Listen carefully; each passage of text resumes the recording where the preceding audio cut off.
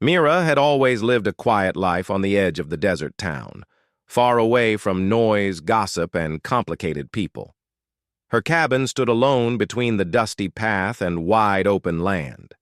Most days, she woke before sunrise, gathered water, checked her garden, and did small repair work for neighbors who trusted her skills. Her life was simple, but she never complained. She liked peace. She liked silence. She liked the feeling that the world could not disturb her here. On one warm evening, when the sky was turning orange and purple, Mira walked toward the river path to collect water before dark. Her metal bucket swung lightly in her hand, and she hummed a soft tune she learned from her grandmother long ago. The air felt calm, and she did not expect anything unusual to happen, but just as she stepped over a cluster of flat rocks, something made her stop. At first, she thought it was an abandoned coat lying in the dust, but when she stepped closer, she felt her breath catch. It was a man, a tall man, collapsed face down near the rocks. His hat lay a few feet away, and his shirt was dusty and torn on one side. His breathing was slow and uneven, almost like a weak whisper. She froze for a moment, unsure if he was even alive. She had seen injured animals before, but a person lying alone on this path was rare. People rarely came here, and nobody she knew traveled this late. Her heart began to beat faster. She knelt beside him slowly, afraid to startle him if he happened to wake. When she touched his shoulder, he let out a faint sound, something between a groan and a whisper. That tiny sound made her realize he was alive. She turned him gently so he lay on his back, and she gasped. His face was pale, covered in sweat and dust. His eyes were half closed, moving slowly as if he was trying to understand where he was. But what shocked her even more was the wooden shaft sticking out from his shoulder. It was not deep enough to be life-ending, but it was deep enough to cause serious harm. She did not know who had done this or why. Nobody used old weapons in this area anymore. People had long moved on from that. Something felt wrong, very wrong. She touched the man's wrist carefully to feel his pulse. It was weak, but still there. That gave her courage. "Sir," she said softly, "can you hear me?" His eyes shifted slightly, as if the voice reached him from far away. He did not speak, but his lips parted as if trying to. Mira realized she had no time to think. She was alone, and the nearest help was far away. If she left to get someone, he might not survive long enough. She had only one choice: bring him home. But he was tall and strong-looking, and she was alone. Still, she tightened her grip on the edge of his shirt and whispered, "I will try. Just stay with me." With slow effort, she managed to pull him up so his back rested against her shoulder. She dragged him a little, then took a long breath and pulled again. After a few minutes of struggle, she reached her small wagon parked under the tree. Mira guided him inside, and he fell gently on the wooden floor with a soft thud. She hurried back to grab his hat, his small bag, and the broken pieces of something that looked like a fine leather strap. She had no idea what any of it meant, but she sensed they were important. Once she had everything, she climbed onto the wagon, held the reins, and urged her donkey forward. The short ride back to the cabin felt longer than usual. Every few seconds she turned to check if he was still breathing.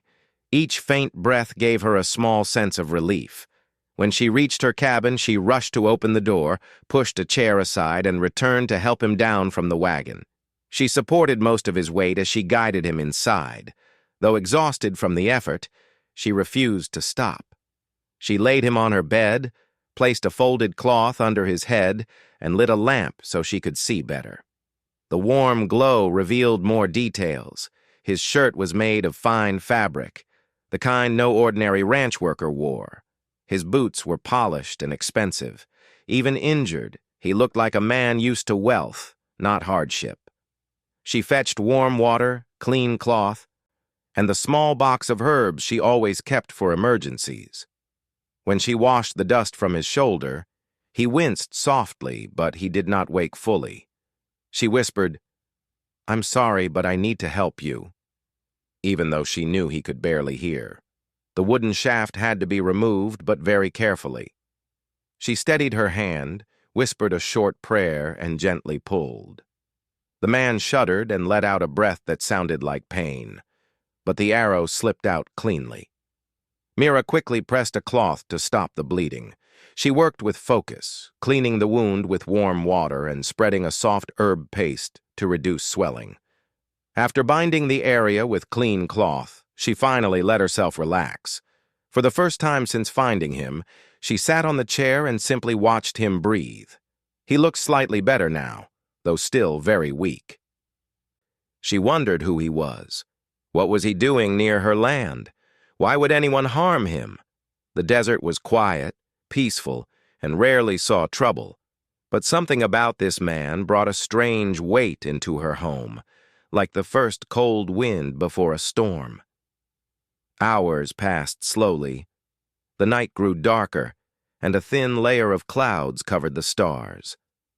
Mira tried to rest, but her ears kept catching distant sounds, soft footsteps, or maybe just the rustle of wind through dry grass. She listened carefully, unsure if it was her imagination. She checked outside once, peeking through a small crack in the window. Everything looked still and empty. The land stretched out in silence, as calm as always. She returned inside and sat beside the man again. At one point, he tried to open his eyes. They flickered weakly, and he looked confused, as if trying to figure out where he was. Mira leaned forward and said, "You are safe here. Don't move too much." His lips trembled, and he whispered something so faint she almost missed it. It sounded like a name, Elias Ward. The name sounded strangely familiar. She had heard it once or twice in town when people spoke of large ranches far from here, but she knew nothing more. Before she could ask him anything, he drifted back into sleep, his breathing deep and slow. Mira stayed awake all night. She checked his wound again, added more herbs, and made sure he had water near him. She tried to remain calm, but her thoughts kept circling back to the moment she found him. The arrow, the fine clothes, the faint sounds she heard outside, everything felt connected somehow.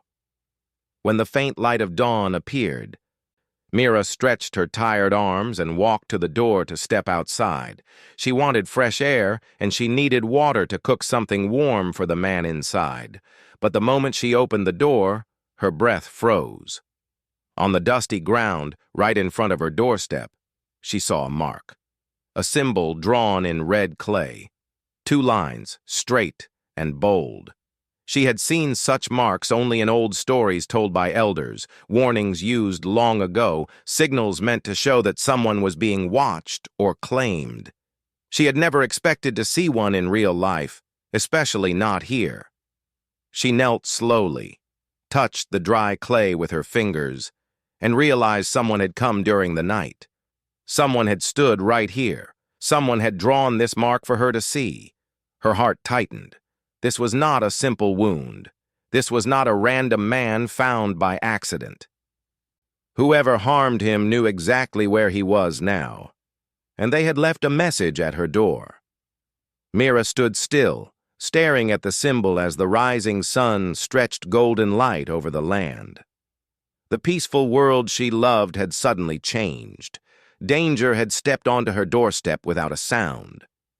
And now she was part of it. Mira stared at the red clay mark for a long moment, her breath held inside her chest. The 2 lines looked simple, almost harmless, but she knew better. It was not a child's drawing. It was not an accident. Someone had stood right at her door, close enough to touch the wooden frame, close enough to listen to her breathing inside the house. The idea made her skin prickle. She slowly stepped back inside the cabin and closed the door with quiet care, as if she feared the sound might call whoever left the mark back again. She leaned against the wooden wall for a moment, letting her thoughts settle. She needed to understand what she was facing. The man she had brought in, Elias, had been shot with an arrow. Someone had attacked him, someone dangerous. And now that person or group knew he was here. She walked to the bed where Elias lay. His breathing was steady, but his face still looked weak and pale. She felt a strange mix of worry and responsibility. She didn't know this man. She didn't know his past, his enemies, or why someone would chase him. But he was here, helpless, and she had been the one to save him. She sat beside him and lightly touched the bandage to check the wound. The herbs were working and the bleeding had stopped. When she moved her hand away, Elias stirred slightly, his eyelashes trembling before his eyes opened halfway.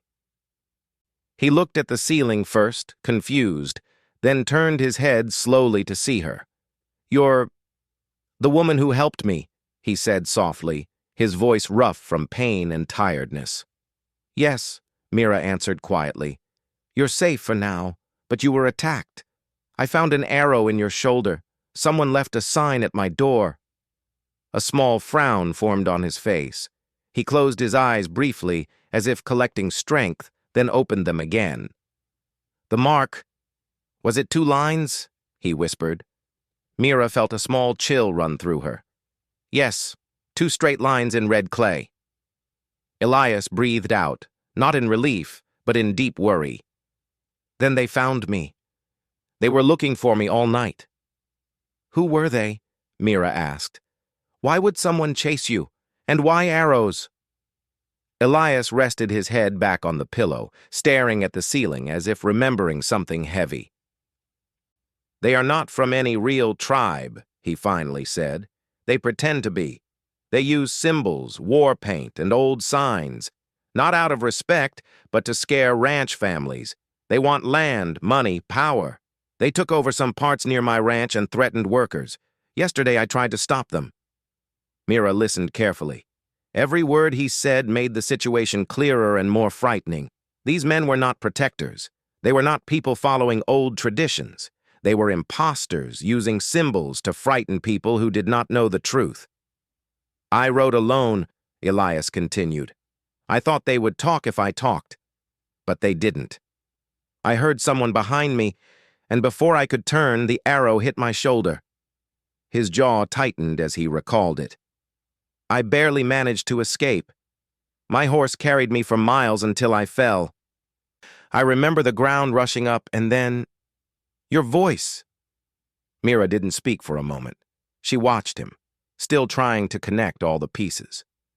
"If they wanted your land, why chase you across so far?" she finally asked. "Because I refused to sell," he answered. "My ranch sits on valuable water routes. They wanted it. I told them no. They said I would regret it." He turned his head, meeting her eyes. "I think they wanted to make an example of me." Mira felt her stomach sink. If these men wanted to harm him as a warning, then finding him in her cabin made her part of their threat.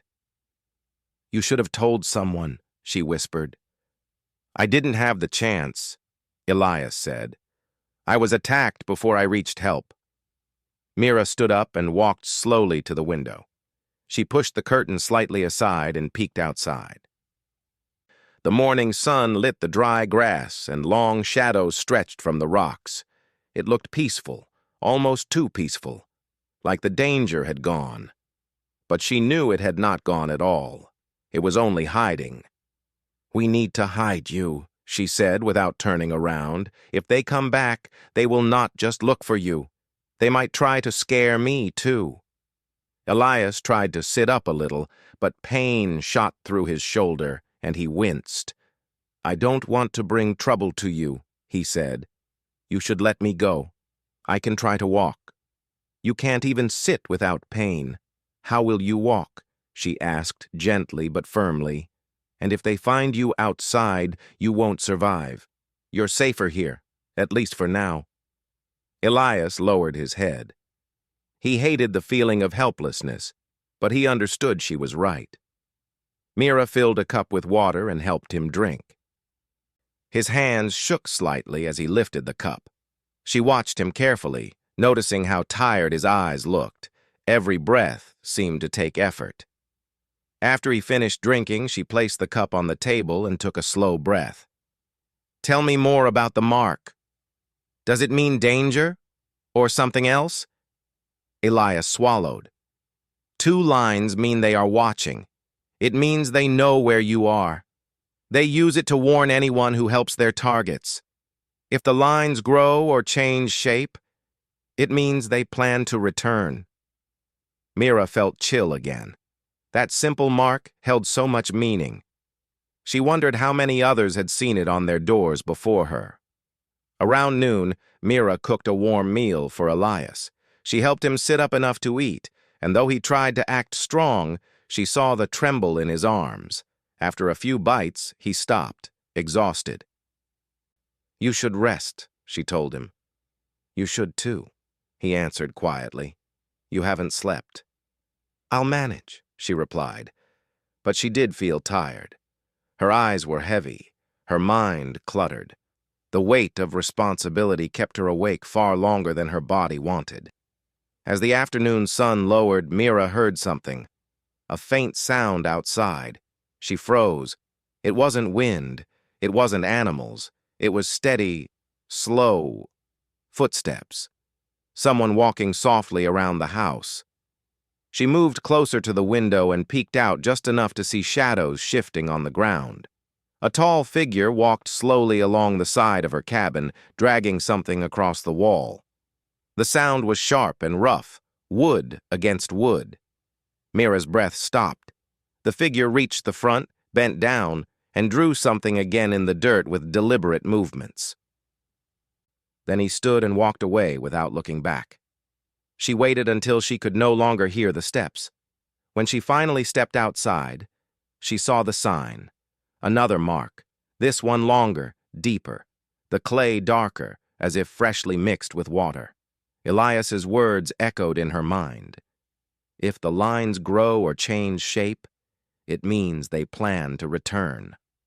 She went back inside, her expression tight with worry. Elias saw her face and understood without her speaking. "They came again," he whispered. "Yes," she murmured.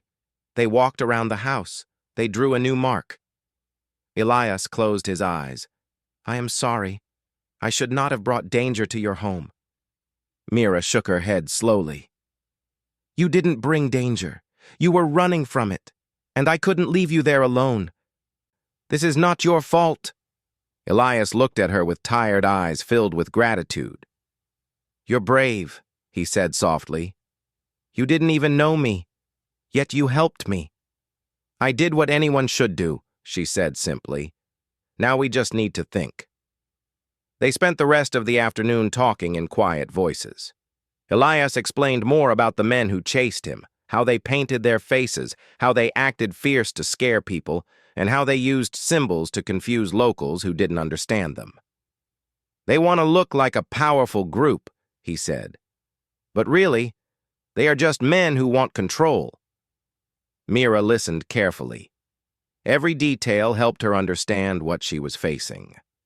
As the sun began to set, turning the sky gold and deep orange, Mira sat outside for a moment, her thoughts heavy.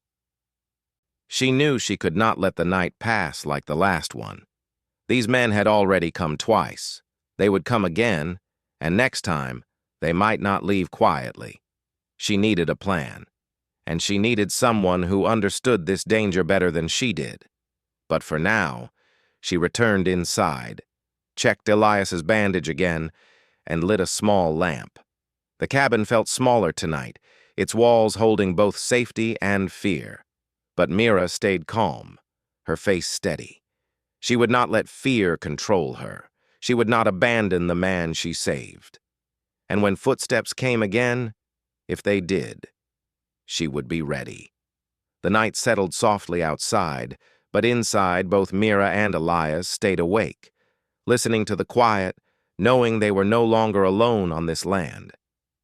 Danger was close, and it would return. The night passed slowly, and Mira barely blinked. Every sound outside felt louder than usual. Even the wind touching the window made her heart tighten for a moment before she reminded herself it was just nature. Elias rested, but even in his sleep his body moved with small winces, showing the pain he still felt. Mira stayed near him, checking the bandage, replacing the cloth on his forehead, and giving him water whenever he stirred. As dawn approached, the sky turned pale blue. Mira finally stood and stretched her tired arms. Her muscles ached from carrying him, from working non-stop, from fear she never admitted out loud. But she stayed calm.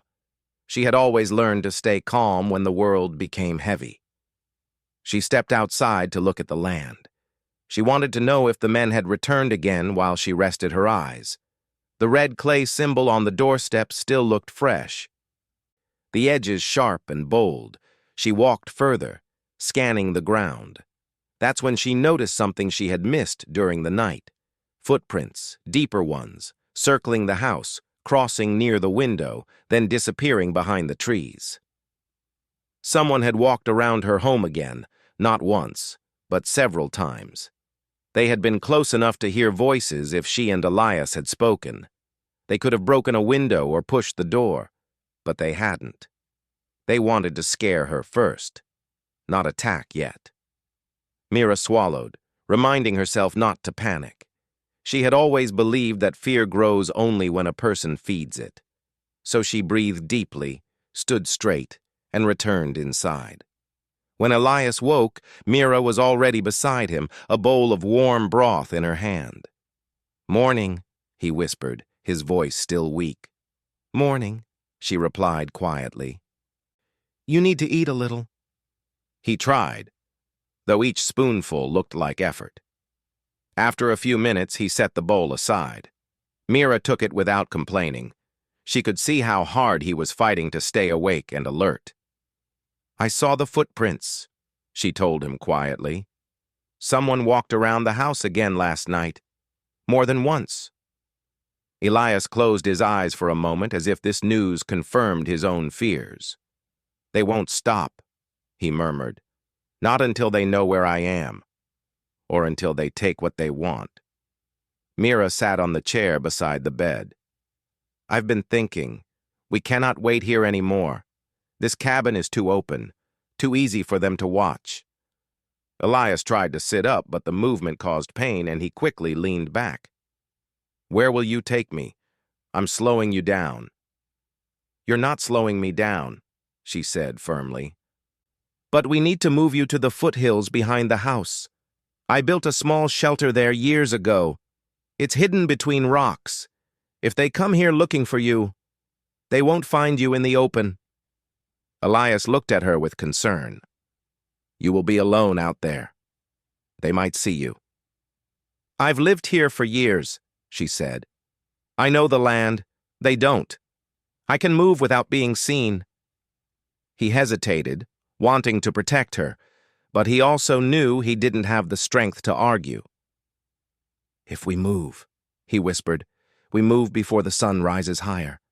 They usually come late morning or afternoon to check the land." Mira nodded. She stood and prepared quickly: water, herbs, a cloth bundle of food, and a blanket. Then she helped Elias sit up. He winced, but she encouraged him gently. "We have to go slowly, but we'll get there," she said. When she placed her hand under his arm, Elias felt how steady and strong her grip was. He breathed out, grateful more than he could say.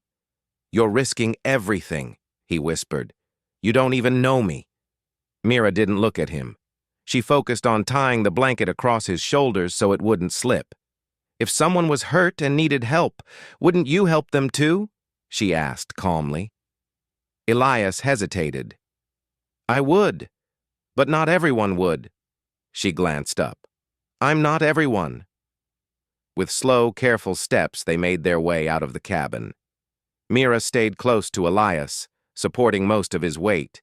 He leaned on her, not out of choice, but because his legs shook every few steps. The morning felt cooler, and the wind brushed gently across their skin. The trail behind the cabin led upward toward the foothills. where tall rocks stood like silent guards. Halfway there, Elias stumbled. Mira caught him before he fell. His breathing grew heavy, but she didn't panic. She tightened her grip around his waist and said softly, "Just a little more. We're almost there." Elias looked at her with disbelief.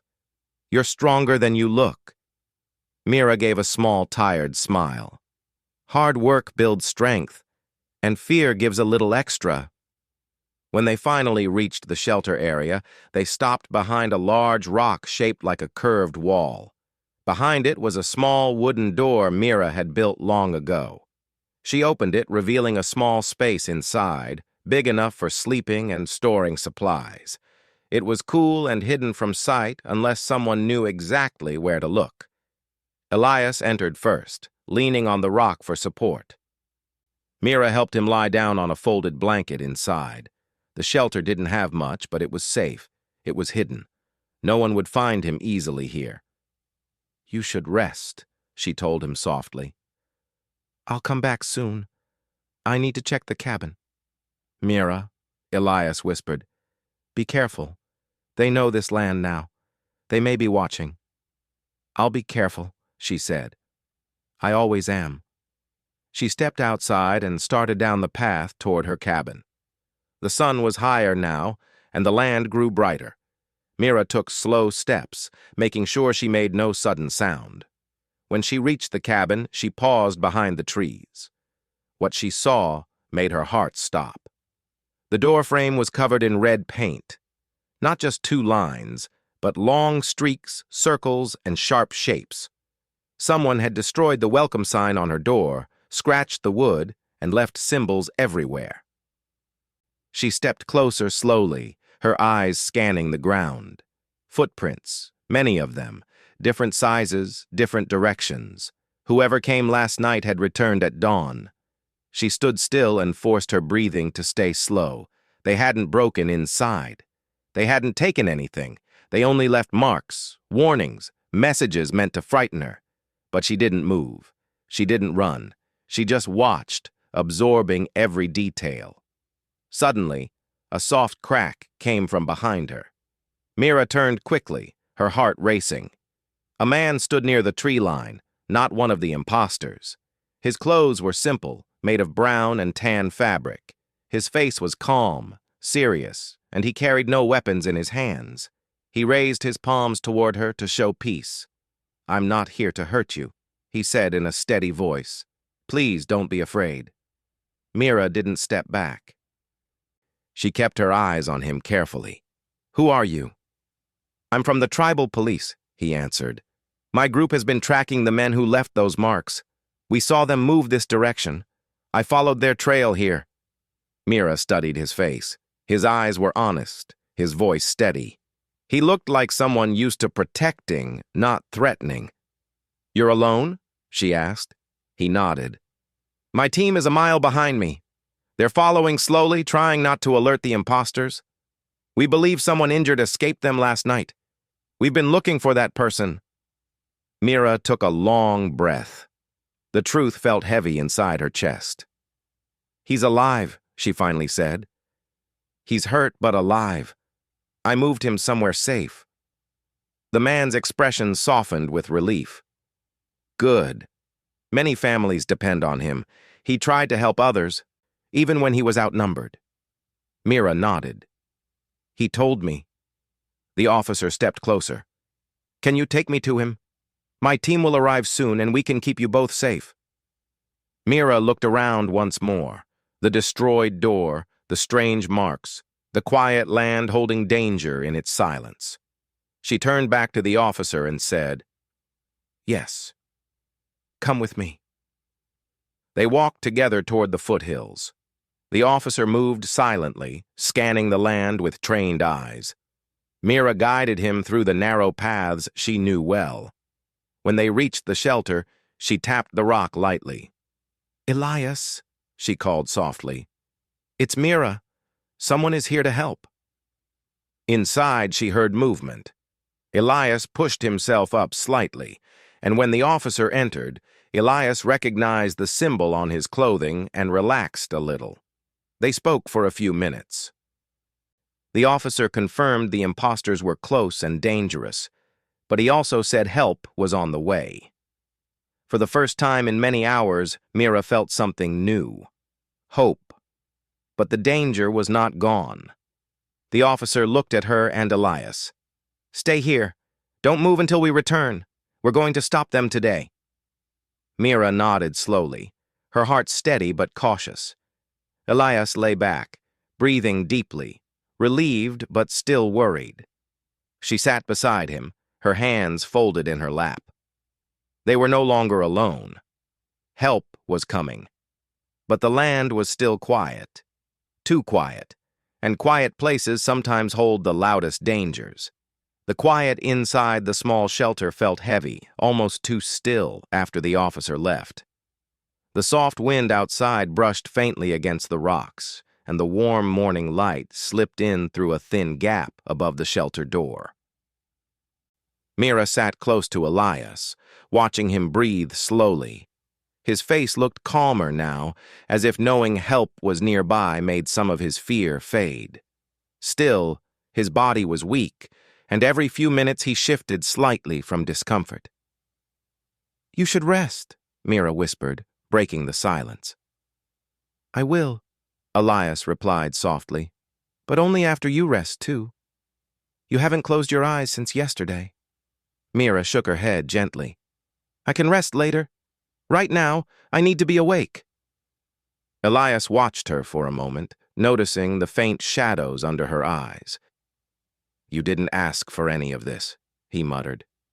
"You didn't ask for danger, or for strangers. You didn't even ask for me." Mira gave him a small, tired smile. "Life brings what it brings. We only choose what to do with it." She looked outside again, studying the land. It was still quiet. Too quiet. No birds, no distant voices, no footsteps, only wind brushing gently across dirt. Mira had lived here long enough to understand nature's patterns, and silence like this usually meant something was coming. Elias followed her gaze. "Do you think the imposters will come again?" "They will," Mira said softly. "But not here. They think you are still in my cabin. That's where they'll look." Elias sighed. "Your home." "We will rebuild it," she replied.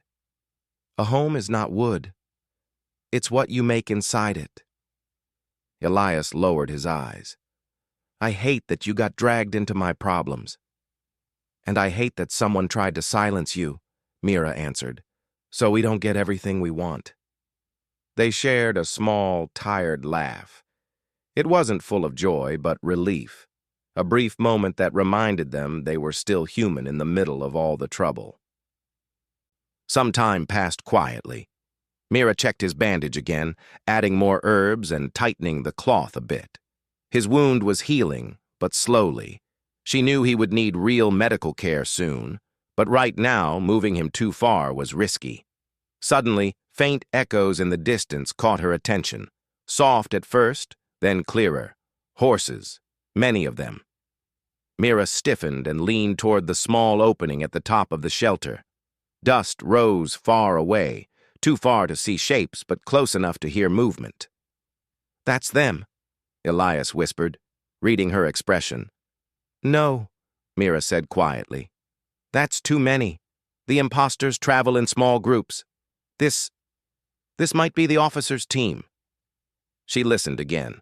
The rhythm of hooves was steady, disciplined, not wild or fast. That gave her hope. She closed her eyes for 1 second, breathing slowly. But then another sound cut through the calm. Shouts, sharp, angry, not from the group with horses, but from the direction of her cabin. Her heart tightened. "They're there," she whispered. "They're at my home." Elias's jaw tensed. "Mira, don't go closer. Please, stay here." "I'm not going to them," she assured him. "But I need to see from the ridge. If they find the house empty, they'll start looking around. We need to be ready." Elias wanted to protest, but he trusted her judgment. She had kept him alive so far. He nodded weakly. Mira slipped outside, moving silently between the rocks. The ground was warm under her feet, and her breathing stayed steady. Growing up alone had taught her to step quietly, even on dry leaves. When she climbed the ridge, she kept low to the ground and peeked over the edge. Her chest tightened when she saw the scene below. 3 imposters stood around her cabin. Their clothes were covered in red paint and dust, and they carried wooden sticks painted with symbols. They moved angrily, kicking things, searching through the broken door, shouting to each other. One of them smashed a crate near the doorstep. Another pointed toward the direction of the river, yelling something she couldn't hear clearly. They looked frustrated. They hadn't found Elias. Mira slowly backed down the ridge, keeping her breath silent until she reached the shelter again. "They were there," she told Elias. 3 of them. They searched everything. And? They didn't find anything. But they're angry. Elias shut his eyes with regret. "I'm sorry, Mira." "It's not your fault," she told him gently. "Those men choose what they do." Minutes turned into an hour. The shouting faded, replaced by distant horse hooves again. Mira waited carefully, listening for changes. Slowly, the land returned to silence, quiet, still, watchful. Then a soft whistle drifted through the air, short, repeated twice. Mira's head snapped toward the sound. It was a signal she didn't know, but it came from the direction of the tribal officer earlier. She stepped outside cautiously. The officer appeared from behind the rocks, his steps light and calm. Mira let out a breath she didn't know she was holding. "Is he safe?" he asked quietly. "Yes," Mira replied. "They searched my cabin." "We saw them," the officer said. "They were caught between our team and the ridge as they tried to leave. Some tried to run, but we stopped them. They won't trouble anyone again." Mira felt her shoulders relax for the first time since the day began. Elias heard the voice and tried to sit up, but the officer gestured gently for him to rest. "You're safe now," the officer said to Elias. "We'll take you into town. You need proper care." Elias looked at Mira, worry still in his eyes. "What about her? Her cabin? They ruined it." The officer turned toward Mira. "We saw the damage. We'll help you rebuild. This town remembers the people who help others." Mira looked down for a moment. She wasn't used to receiving help. She had spent so many years doing everything alone that the idea of others building something for her felt strange, almost unreal. But the kindness in the officer's voice was steady and sincere. "Thank you," she said softly. Elias was transported gently on a small stretcher, and Mira walked beside him the whole way down the foothills. Every time he moved, she steadied him. When he looked tired, she spoke quietly to keep him distracted. The officer walked ahead, guiding the path. When they reached the cabin, several townspeople were already there. They had heard the news and come to help. Some picked up broken wood. Some carried tools. Some brought food. Mira stood still, touched by the sudden kindness surrounding her. She had never asked for help, yet here people stood, men and women she barely knew. Elias watched her reaction. Even injured, he smiled faintly. "See," he whispered, "people care." Mira shook her head a little. "I didn't expect them." "You saved someone," Elias said. "People remember that." Elias was taken to town for medical care, and Mira stayed behind as the townspeople began repairing the cabin. They insisted she rest, but she helped anyway, guiding them, showing where things belonged. By evening, her doorframe stood straight again, the red marks scrubbed away, the new wood smelling fresh. 2 days later, Elias returned with his arm wrapped, but healing well. He walked slowly toward her cabin. When Mira stepped outside, she saw him standing there, holding something small in his hand. He walked up to her and placed a tiny wooden box on her rebuilt doorstep. "I wanted to give you something," he said softly. Mira opened the box. Inside was a carved wooden token, simple but beautiful, with her initials shaped carefully by hand. She looked up at him, surprised. "You made this?" "I wanted to thank you," he said, "for saving me, for not leaving me, for being braver than anyone I've met." Mira held the token gently. It felt warm and thoughtful, like a promise. "You didn't need to give me anything," she said. "I know," Elias replied softly, "but I wanted to."